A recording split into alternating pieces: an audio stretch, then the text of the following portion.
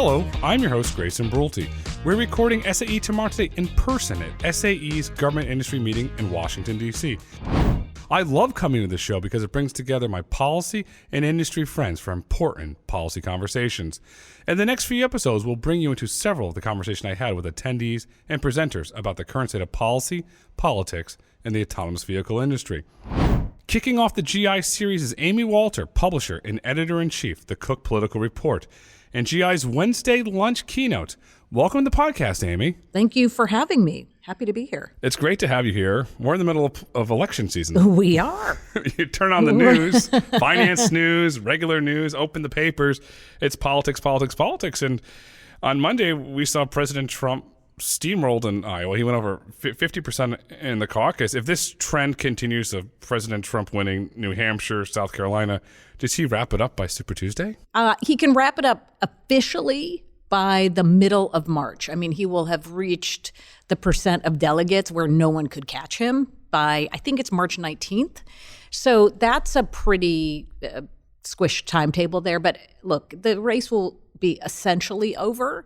If Nikki Haley fails to beat or come close to Donald Trump, and by close, I don't mean 10 points close. I mean like a couple of points close. It's hard to call this a race anymore. It's just basically, as you said, it's basically a sprint now to March when he gets enough delegates to be over the majority of delegate line, and the race for 2024, the general election, really begins. I've noticed his victory speech in Iowa, his tone is changing. It's not the sanctimonious, you want to call it the nickname book. He was behaved. Is that a thing to come, or are we just going to revert back to the nickname book? It's so good that you brought that up, because I feel like now we have watched Donald Trump, since 2015. So we noticed this pattern. I've been noticing this pattern since then, which is now he doesn't have Twitter, but he has his other platforms where he will write something, or he'll be at a rally, say something, be on TV, say something, and you say, okay, well, there's undisciplined Trump. There's Trump, as you said, the nickname thing, the retribution, the grievance, off message, kind of rambling. And then all of a sudden he'll go into disciplined Donald Trump mode. Oh, that was a good way to sort of frame the outline of this race. I saw that he at the Fox town hall, was that a week ago? He did a very good job of keeping focused on the issues that really matter to voters. I think at one point, Brett Baer asked him, hey, you keep talking about I'll be your retribution. Is this just going to be a campaign about retribution? He's like, no. I'm just going to talk about the economy. That's what people want to talk about. It's not retribution. But we know that it's going to be both of those things. You'll get the disciplined and the undisciplined Trump. I think it was Maggie Haberman, the New York Times, wrote this phrase about him, which is just brilliant, which is he's the most undisciplined, disciplined candidate we've ever had. And that I think we can expect to keep going. So we'll have the yin and the yang? Yeah, it is. He, at his core, he knows who he is and what his ethos is, his theory of the case is.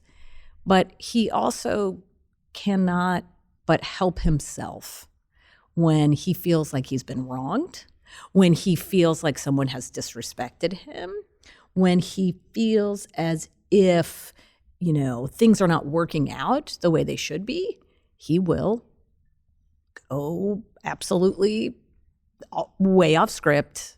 Or in his case, it is part of a script, right? That's why it's the disciplined undisciplinedness. It is all part of what you get. You may get one side of Donald Trump one day and the other side of Donald Trump the next day, but it is all part of the same package. So we've been down this road now for the last 8 years. It doesn't feel to me that much has changed. Although when I talk to folks who cover him and have been covering him for years, what they'll say is it feels like at his rallies, his style is a little bit darker. He's, there was a little more, he's always been, as you said, throwing the insults and the nicknames, but his outlook is much darker now than it was, say, when he was first running in 2016 or even when he was running for re-election in 2020. Much more focus on this idea of retribution, persecution, really relitigating the 2020 election. And that, he's always a guy who goes off on tangents and will kind of meander around. And look, the current president goes on tangents and meanders around too. But again, the folks who've been covering him for years say, it just feels even more meandering than it once did. So if there's anything that's different, they say, about the Donald Trump that we're seeing now versus the one we saw in 2016 and 2020, it's those two things that stand out, at least in his public persona and what he does at these rallies. Well, President Trump has gone darker. If you look at the American consumer, let's remove Wall Street from this equation. Let's just look at Main Street, data of the Federal Reserve Bank of St. Louis. The consumer's hurting. We saw the recent report that credit card debt now is at an all-time high, higher above the 2008. So they're hurting. We're in a high interest rate environment. And we saw during President Trump's presidency, Jay Powell was a bully pulpit. He just kept going after Powell nonstop. And there's reports now, and I don't think that we're going to have interest rates in the first half, and that Powell's going to have to get unconventionally political to save the economy. To then does Trump make Powell the big bad man again and starts going at him? I told you, folks. Does he become another? I don't want boogeyman, if you want to use that word. Yeah, sure. That. Except in this case, he can use Joe Biden as he's the boogeyman, right? Because when Trump was president, he had to be able to deflect the blame of what was happening in the economy off of him and onto, I don't have control over this, right? It's the Fed that's doing these things. If it were up to me, I wouldn't do this. And remember, we're supposed to have a wall between the executive and the Fed. One of the many norms that he broke was being pretty clear about his opinions about what the Fed was doing and what he would like the Fed to do. So in this case, though, his argument on the economy is a pretty simple one. And it is also, at least voters at this point, believe it to be the case that the economy was better when I was president than with Biden now as president. And you can trust me more than you can trust that guy to get it better again. And again, you look at the polling, it's double-digit difference between how people feel about Trump handling the economy and Biden positively for Trump. Do you think that the policies of Trump were more helpful, or did they hurt you more? This was a Wall Street Journal poll that came out probably 2 or 3 weeks ago.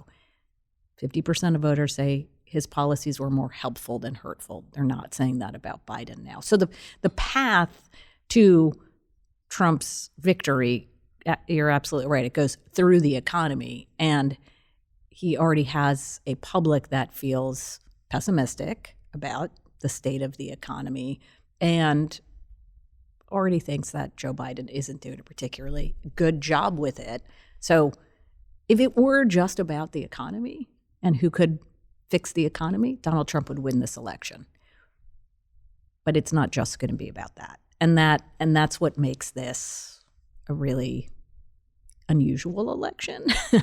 Because we haven't had an ex-president face off against a current president since 1892. And if any listeners were around in 1892, I'd love to hear their insights from what that election was like. But so we think we know what it's going to look like because we've seen them run before. But we normally have an election that is about, do you want to go give this person 4 more years, or do we want to give up somebody else a shot? Now we're asking voters in this upcoming election, you want 4 more years of Biden, or do you want 4 more years of Trump? And that's a very different calculation. Yeah, and if you look at the Republican base, they got a fighter, and there's a percentage Absolutely. of that base that's likes a fighter. That's what they want.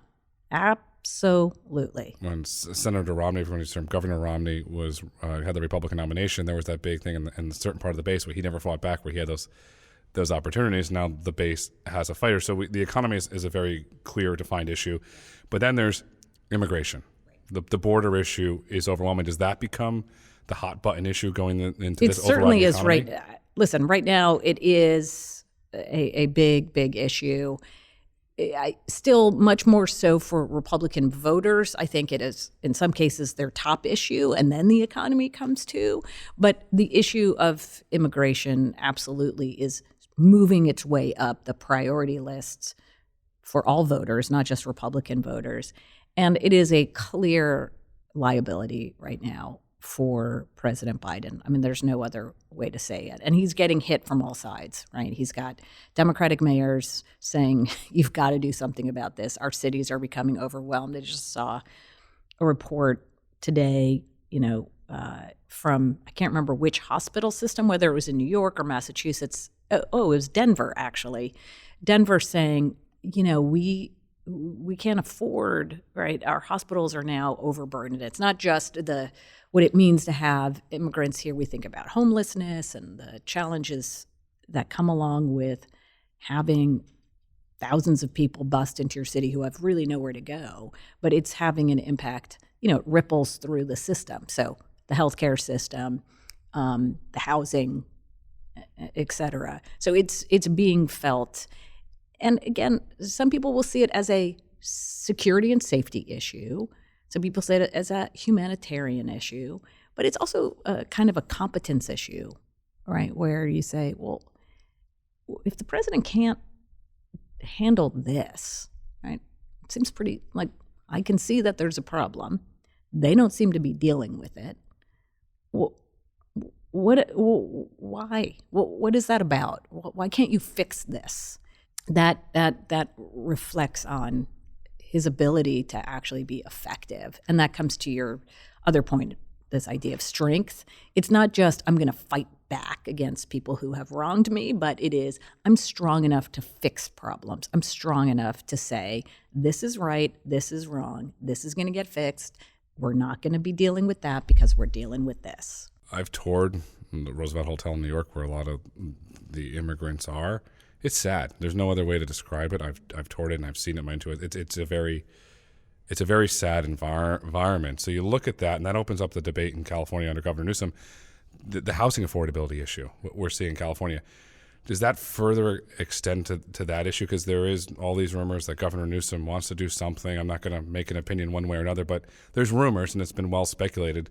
Does that become an Achilles heel? Because if you spend time in Los Angeles, it's not as safe as it used to be. Yeah, the issue of housing is one that has, as you know, it is so complicated because you're coming at it from so many different angles about what makes housing so unaffordable in a state like California, right? They'll argue, well, the regulations and the rules around building new housing have been so prohibitive that we're just too far behind when it comes to building new housing, and that makes it unaffordable. Then there's also the point you raised earlier about we now have interest rates as an issue, right? So the house that I thought I'd saved up for the last 10 years is getting ready to go. Oh, interest rates aren't 3% anymore on this house. They're now closer to 7%. I don't know that I can actually afford to get this house that I had been saving for, right? That's frustrating.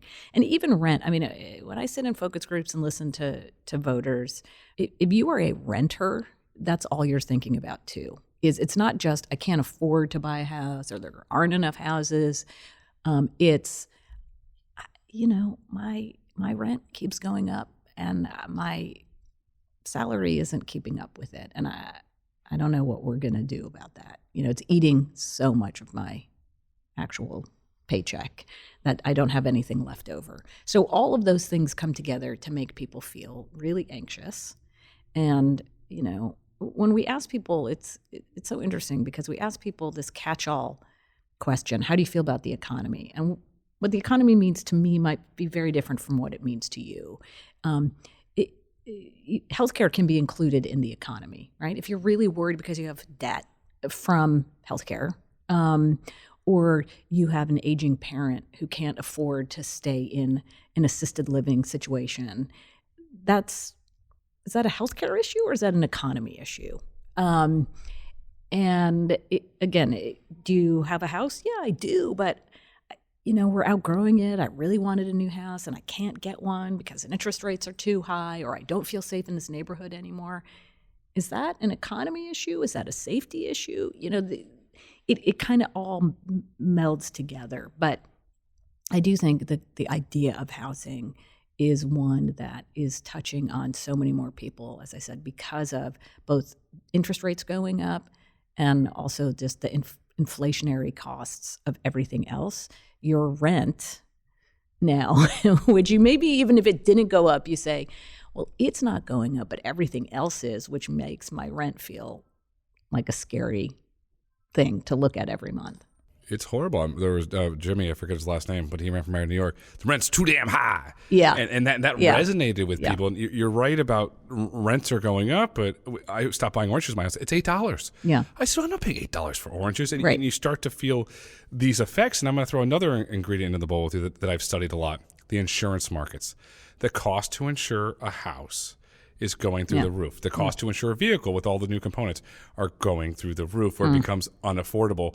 Consumers used to paying, say, for a car, $150 a month for insurance through Geico, and now they're paying $400 because of the battery and the components. And then if you happen to live in a FEMA flood zone or you live somewhere, you're uninsurable. Yeah. When does that become a national issue? Right now, I'm surprised you have a state like Florida, where I know that this issue came up for Ron DeSantis during the campaign, not as much as kind of I thought it would be raised, but this is a state that has major insurance problems, right? If you are trying to buy a house, and it's one thing, I think some of us, look at a state like Florida and you go, well, if you're building a house on the beach, that's kind of your own, that's your own problem, right? Like, what the risks are if you're building a house on the beach. But think about the flooding that's happened in Orlando. Right? These are people who are living in Central Florida, or they're not building a house like right on the surf. They are building further inland, but the flood issues, the hurricanes that are coming further inland and wreaking damage, the winds, as we know, are what cause the most damage. It's impacting everybody there. And, insurers are pulling out of these states because it's literally unaffordable for them to cover these losses.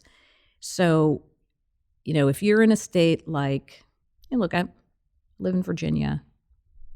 Yeah, we every now and then, I'm sure there are people who live in floodplains, but just my day-to-day costs for insuring my house are not the same issue they would be if I lived in California, near a fire zone, or I lived in Florida. And so I think right now it still feels like it's one of those issues that is a regional issue.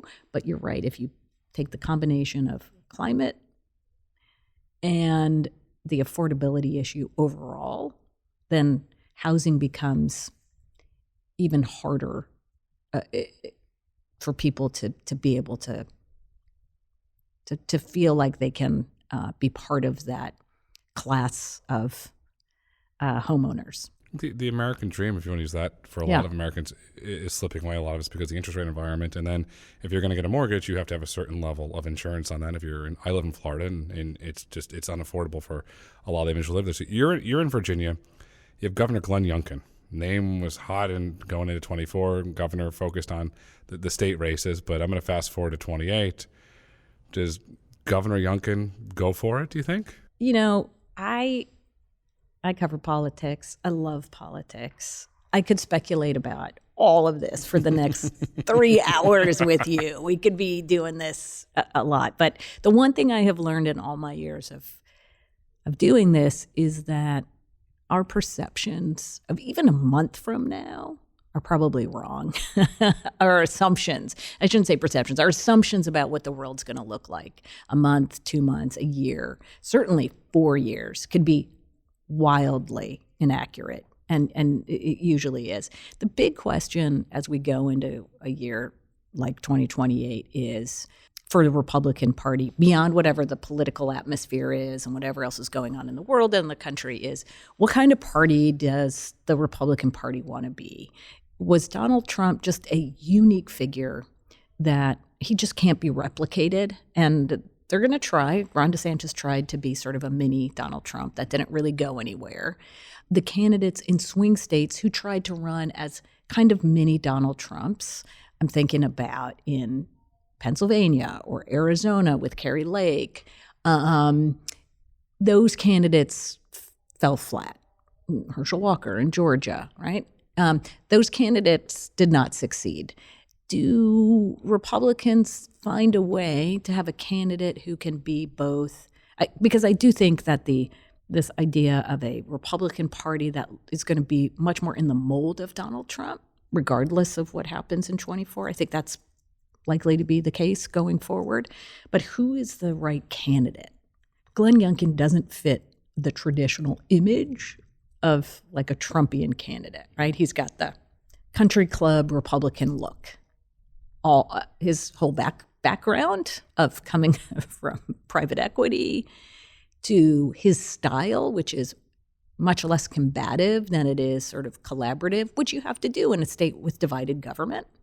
Even on the issue of abortion, his whole decision to lean in on finding what he saw as common ground, like, let's not get into we're going to ban them all or there is no limit. Let's just come to a reasonable agreement on what the parameters of the abortion debate should be.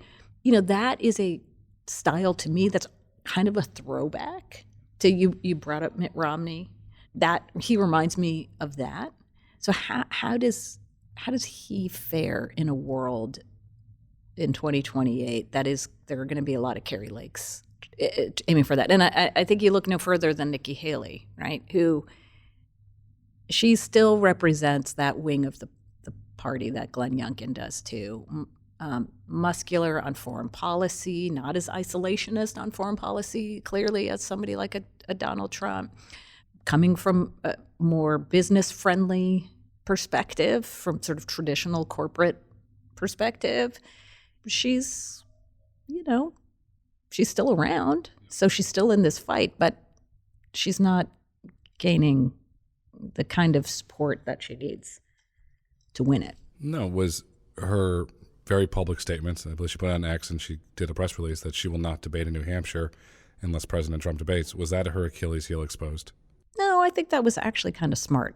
There's no reason to go and do another debate with Ron DeSantis. I mean, first of all, it gives him a platform rather than saying, look, this guy, he's at 5% in New Hampshire. He came in a distant second in Iowa after saying he was going to win and after having everything going for him, right? The governor endorsed him. The leader of the evangelical movement in the state endorsed him. He spent hundreds of millions of dollars there on organizing and ads.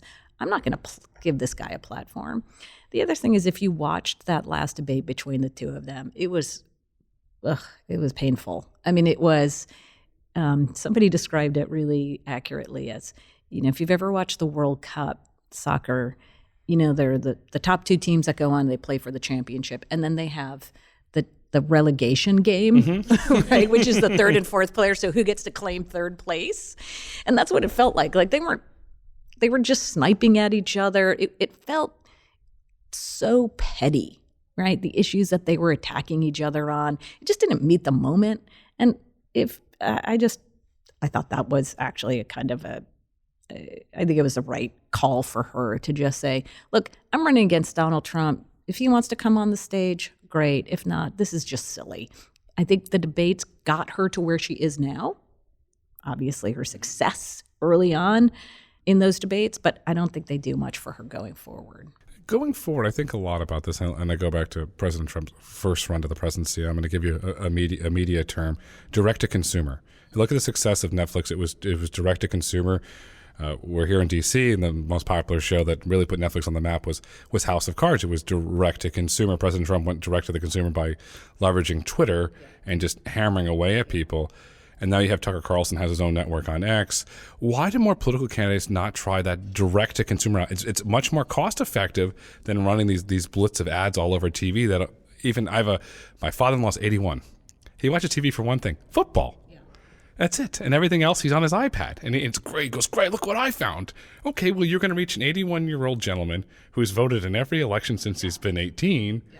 To me, it's a lot more powerful to invest there, but yet it only seems that President Trump was the only one that really understood that model. Yeah, no, it's a good point. And part of the reason he was so successful is that he already was a direct-to-consumer known brand. It's kind of the difference between being able to be Coke or Pepsi and what you have, because you already have the market share and the name ID, and you can do a lot more and be a lot more creative than if I just started my own brand of soda, right? And nobody knows anything about me.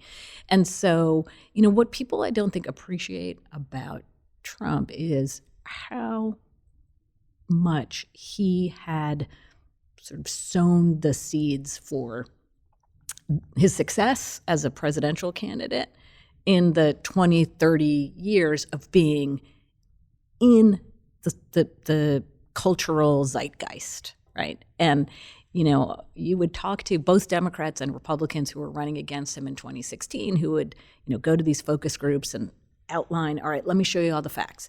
He's bankrupt. This thing is bankrupt. He tried this. They all went up, right? He's a fraud. He's got, Trump University, Trump steaks, Trump this, Trump that. What a disaster. Don't forget Trump vodka, too. And Trump vodka, all of these things, right? The UFL, all of these things that were just an absolute disaster. And voters would go, well, that's not true. Look at him.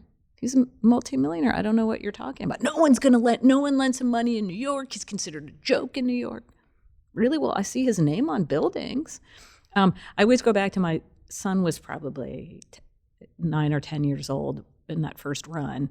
And he said, well, of course he's rich. He has his own plane. And it's like, right. I mean, only really, really, really rich people have their own plane with their name on it. And it's big. So you could not convince people that he was not successful. Also, because they see his name on buildings, they saw The Apprentice, they saw him depending on how old you are, right, in movies and referenced. Home Alone. And Home Alone, all of it. He was the New York real estate magnate, right?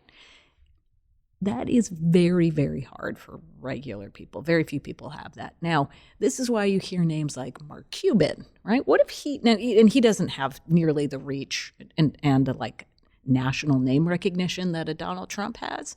But, he would be somebody that you go, all right, he has some name recognition because of Shark Tank. And for people who are into sports, they know the Mavericks. He is somebody you could see kind of getting into the scene, maybe. I don't know.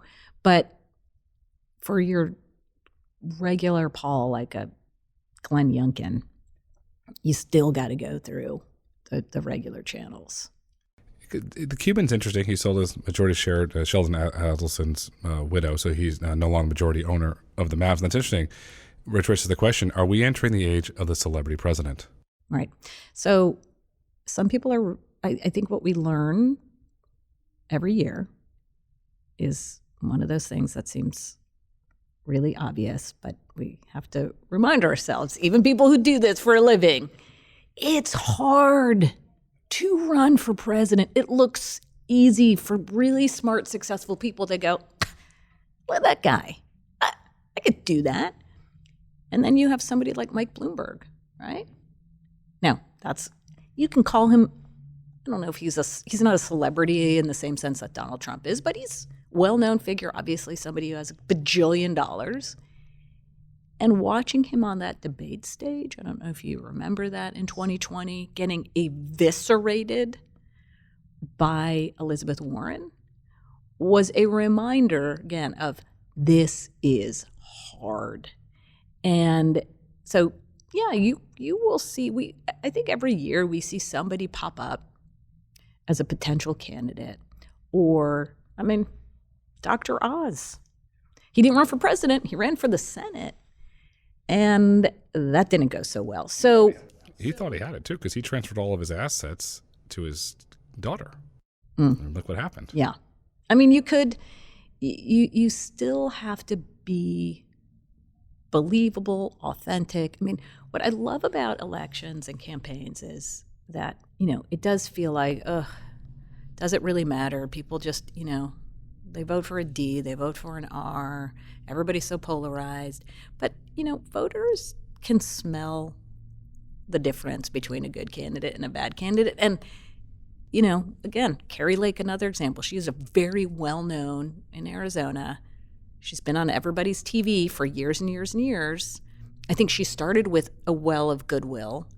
And then the more she kind of talked and dug herself into this hole of being somebody who was, kind of promoting conspiracy theories and the election was stolen. And, voters started to go, well,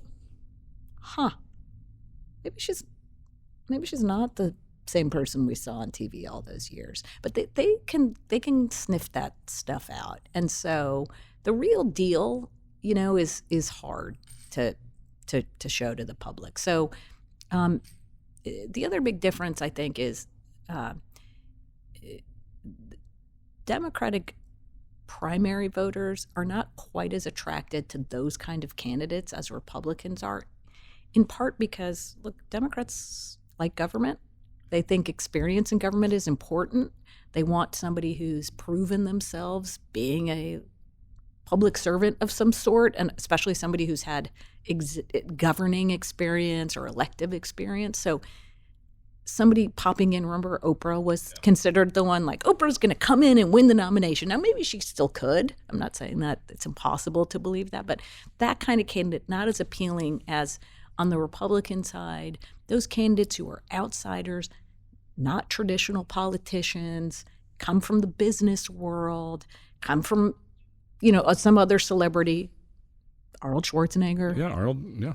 They have more appeal to Republicans. On the Democratic side, who's next? I mean, obviously you have Gavin Newsom as chomping at the heels, but where's the Democratic, let's say, institutional governmental bench with the experience? I don't really see a clear path there. There's actually a really deep bench, and I think that's why you have, among many Democrats, real frustration with Biden, Team Biden, because they say we've got a lot of people out here who could be very strong candidates against Donald Trump. You're not the only guy who could beat Donald Trump. And so they would point to Governor Whitmer in Michigan, Gretchen Whitmer. They would point to Jared Polis, the governor of Colorado. Obviously, Gavin Newsom wants to do this. Whether he would get the nomination or not, that's a whole other question. They have a deep bench in the Senate. Some of them ran last time around, the Michael Bennet from Colorado and Kirsten Gillibrand from New York and Amy Klobuchar from Minnesota. I'm not including Warren and Sanders because of their age. So let's go to the sort of next generation under that. And then you've got the new governors, Josh Shapiro in Pennsylvania, super popular. He is absolutely on the short list for 2028. There's no doubt about that. Wes Moore from Maryland, the governor of Maryland, incredibly charismatic, definitely going to be on a short list. So the bench is actually really deep. It's just that, you think about this like there's been the ceiling here, and it's Obama, Hillary, now Biden, that have been taking up all of that space. And all of the younger folks underneath are like, but when's my chance? Now, to be fair, they had a chance in 2020, and they didn't succeed. But this could have easily been the year where you saw those candidates come into the consciousness of voters. If Biden had said, you know what, I'm not running for re-election. Obviously, the vice president would have run as well.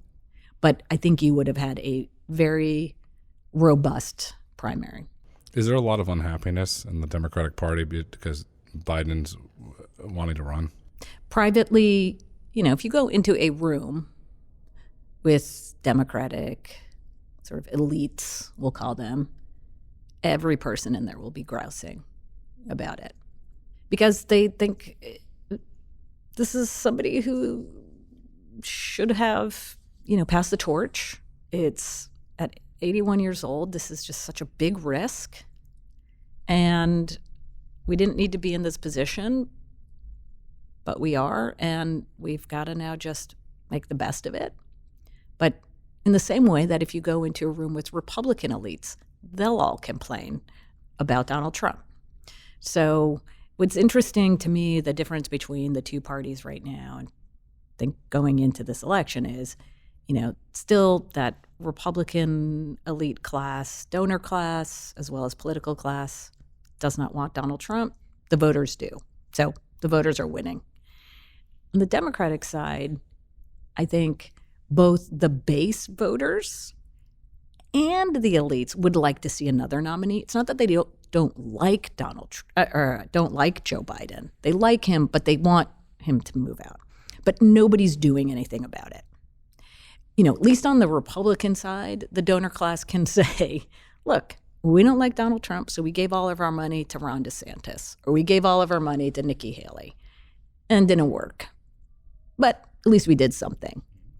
On the Democratic side, you don't have a senator, a governor that said, hey, nobody else is running. Fine, I'm going to do it. And if you're here complaining to me, as I've heard you complain to me week after week about Joe Biden, then give me money and let me run this. But the money wouldn't be there because the fear is more that if we challenge him, it will expose more weakness, it will divide the party, and it will hand the election to Trump. And so it's better to just privately grouse, but publicly put on a good face and make sure we beat Donald Trump. Where's Joe Manchin fit into all of this? Where does Joe Manchin fit into all of this? Well, for the time being, he still has a very powerful role. He is still vote number 51 or 50 in some cases for Democrats. So they still need him around to do certain things. Does he decide to run as a third-party alternative on this no labels ticket? I just don't. I mean, look, I don't know him personally. It's not like we text each other. We're not friends. Oh, come on. I know. But he definitely feels isolated from the Democratic Party. There's no doubt about that. But I think he also understands politically that a third-party candidate is just not going to get. Anybody who's done politics understands why a third-party candidate for president is not going to win. Now, you can be upset about that. You can want that to change, but the reality is it's not changing, certainly not by 2024. So if you run, you will be a spoiler. And the only question is, are you a spoiler that's going to help Trump? Or are you a spoiler that's going to help Biden? In this case, I just think most of those third-party candidates would be more helpful to Trump. I mean, this has been a really insightful conversation. We can go. I know we haven't even touched on gone into Ukraine, energy. Right, we've got a lot of stuff, but that's what's really exciting about this moment that we're in. I mean, I appreciate it. It is anxiety producing living in a time of such dramatic change and tumult, where it feels like the ground shifting underneath us all the time, where politics, something that, for me at least, it made sense. There was a certain rhythm to it. It doesn't follow that rhythm anymore. But we're also in a new century. Like, we're literally at a tipping point in not just American history, but we're watching the same things that you and I are talking about are happening all over the world. Right. So this is a time where if we step back and say, okay, understand where the anxiety is coming from, understand that change is difficult, understand that humans do not like things changing, right? That's like the most human of human conditions. We are in a time of great change, and we will come out on the other side, and historians will come back and go, well, this era was known as the blah blah blah era, right? But it's hard to feel good about that when you're in the middle of it. Yeah, there's a lot of nervousness if you look at the election in Taiwan with the new president, and China's not too happy about that. My concern is the global economy with semiconductors. There's a lot to look for, and at some point, I'd love to have you back. I think that semiconductors will become a presidential issue just because of the impacts on the global economy. Amy, thank you so much for coming on SAE Tomorrow Today. The conversation has been wonderful. It's been awesome. And thank you. For your really wonderful appreciate insight. it. This is really fun. Thank you for listening to SAE Tomorrow Today. If you've enjoyed this episode and would like to hear more, please kindly rate, review, and let us know what topics you'd like for us to explore next.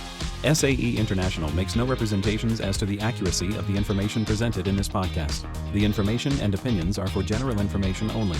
SAE International does not endorse, approve, recommend, or certify any information, product, process, service, or organization presented or mentioned in this podcast.